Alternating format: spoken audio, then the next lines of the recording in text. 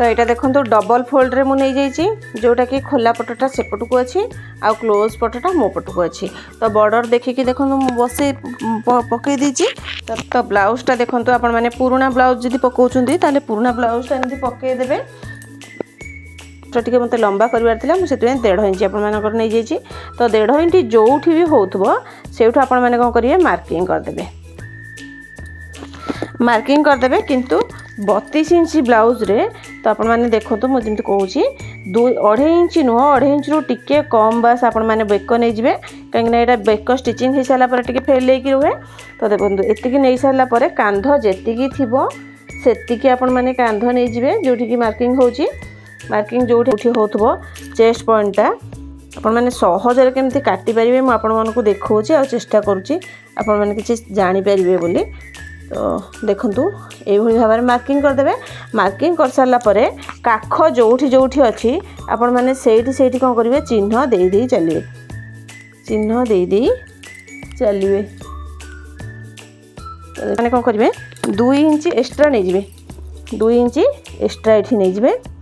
ये तलू मध्य से सीधारे आपण मैंने करदे आ ये काखटा को टिके सेप देदे भल सॉरी टिके बढ़े कि आपण मैंने सेप देदे तो ये 9 पॉइंट कटिंग करार अच्छी ये 9 पॉइंट गोटे दाग दे दीची तापर एमती देखो सीधारे गोटे राउंड सेप देदेली जोटा कि मत यहाँ राउंड रे कटिंग करार अच्छी किंगटा नुह ये मार्किंगटा जोटा आम देते मार्क करते ताठू हाफ इंच टिके एक्स्ट्रा नहीं कि आपण मैंने एमती मार्किंग करदे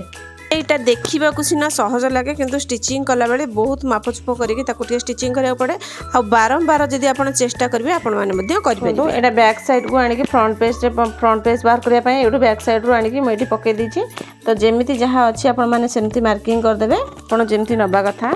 तल को 1 इंच रू टिके कम मार्किंग नहीं कि सीधा स्केल रे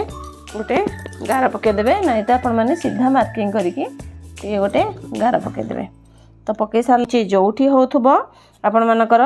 6 इंच आउ एठू आपण मैंने नहीं जाए देखो जमी 4 इंच आप भी पट्टी बाहर करते भी पट्टी जमी बाहर करते भी पट्टी 4 इंच जो होथब से गोटे मार्किंग करदे तो तापर एपटे 3.5 इंच रे गोटे मार्किंग करदे जोटा कि मेन पीस कपड़ार ऊपर भागरू ने तल जो एक्स्ट्रा नहीं सेठू ने 3.5 इंच रे गोटे मार्किंग करदे तो मार्किंग कर सारापर देखु भी स्केल रे चिन्ह एमती आपण मैंने देदेवे तो ये दिया ही गला तो देखु देदेली यही पॉइंटा को एथर आम फ्रंट पेजटा को बाहर करदे देखो पपटा जिते आम डबल कटोरी बाहर करवा ये 6 पॉइंट आम जो होथबा काखर सीधारे पॉइंट जो होथबो 6 पॉइंट जो होथबो सेठी आम गोटे मार्किंग करदबा मार्किंग कर देकी देखो ये कांध पाखरु आपण माने काख पाखरु एमती जेमती नौथिले 3 पॉइंट रे आपण माने गोटे मार्किंग करदेबे तापर ये देखो ये गोटे 5.5 हो 6 हो 6 रे गोटे मार्किंग करदेबे ये देखो मार्किंग करदेबे तापर एठू सब 1 इंच एक्स्ट्रा ऊपर को नहीं थिबे तो सेप दबा पई तो ये देखो सॉरी 1 इंच एक्स्ट्रा नहीं कि राउंड सेप देदेवे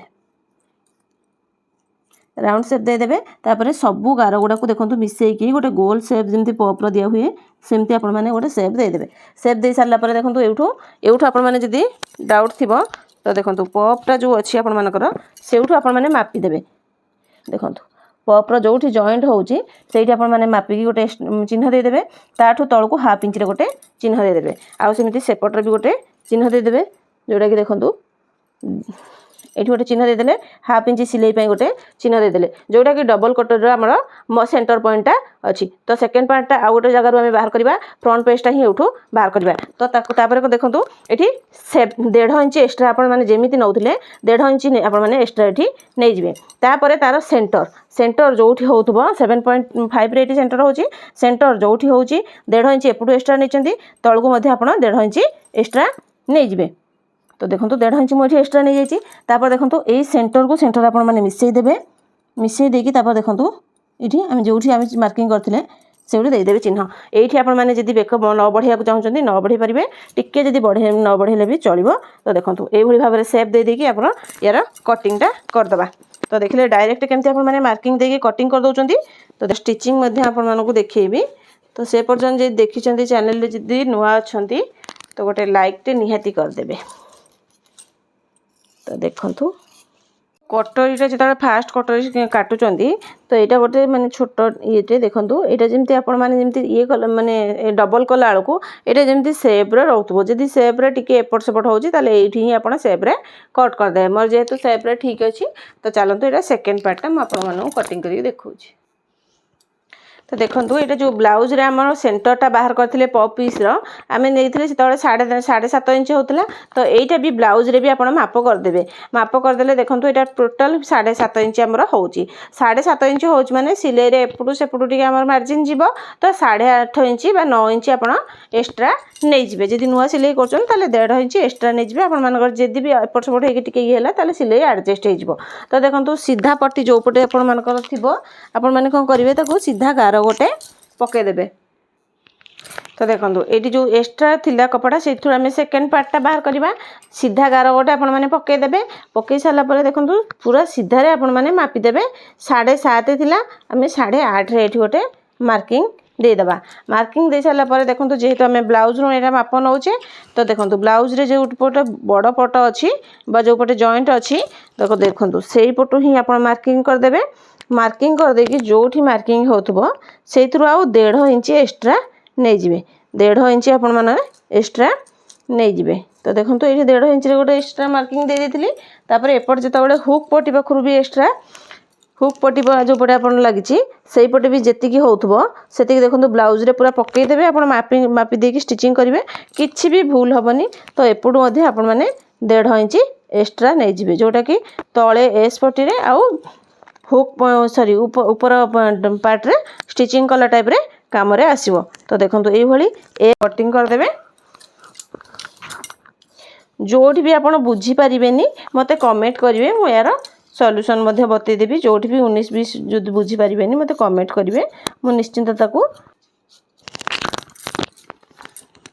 कांधटा जिते हाथ बाहर कर सबुथर पड़ी एथर मापिदेवे काख केतिक अच्छी ये 8.5 अच्छी आमर को ये 9.5 नबार अच्छी। तो चलतु ये हाथटा कटिंग करवा यहाँ डबल फोल्ड रे थिला ताकू मुझे 4th फोल्ड करदेली। तो देखो ये 4th फोल्ड करदेली जेहेतु यार महुरी जी सॉरी लंबा यार जी थी लंबा ये ब्लाउज रू ही आप मापिदेवे। तो देखो मापिदेले ये जो भी होउथबो सेउठू आपण माने जेतिकी आपण लंबा करबार थी से एक्सट्रा 1 इंच आप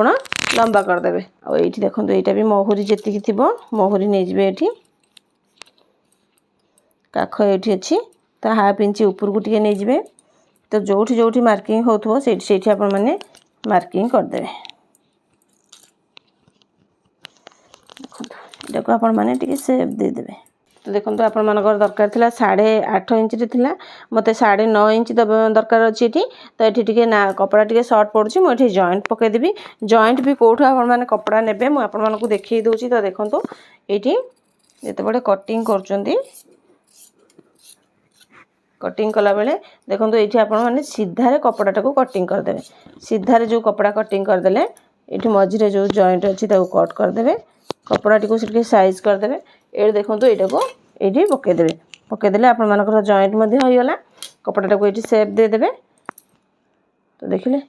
हाथटा ये रेडी हो यार स्टिचिंग वीडियो रे आपण मानकु स्टिचिंग केमती होछि आपण मानकु फुल देखैबे। एबे चलंतु ताकू मेन पीस ऊपर पकेकी मैं अस्त्रटी को कटिंग करदबा। तो देखंतु एठी कटिंग कर सरला परे मुठी हाथटी एठी माने अस्त्र पकेकी ताकू चाप सिलाई रे डबल ले उठै देथि आपण चाहे माने कटिंग मध्ये बतै परिबे। तो देखंतु एही भाबे रे मो ताकू कोन करथिली स्टिचिंग कर देथिली स्टिचिंग करके हाथटी ले उठै देथिली तापर चाप सिलाई पकै सरला परे हाथटी हमर रेडी होइथिला। आपण माने मध्ये स्टिचिंग कले समय बंचे आ